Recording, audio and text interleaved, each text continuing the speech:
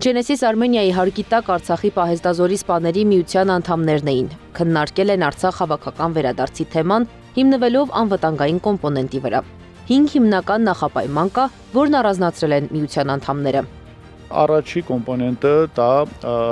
բազմազգ ՄԱԿ-ի հովանուտակ խաղապահ ուժերի ներկայությունն է, երկրորդը դա ապահարազմականացված գոտի ստեղծումն է ամբողջ սահմանի երկայնքով, երրորդը դա միջազգային ընդունված Լաշինի միջանցքի փոխանցելն է այդ ՄԱԿ-ի ուժերին, չորրորդ կոմպոնենտը դա ամբողջ Արցախյան հակամարտության շրջանի համար Ադրբեջանի այսպես ղեկավարության կողմից բացառելը քրեական հետապնդումը արցախցիների, ինչպես նաև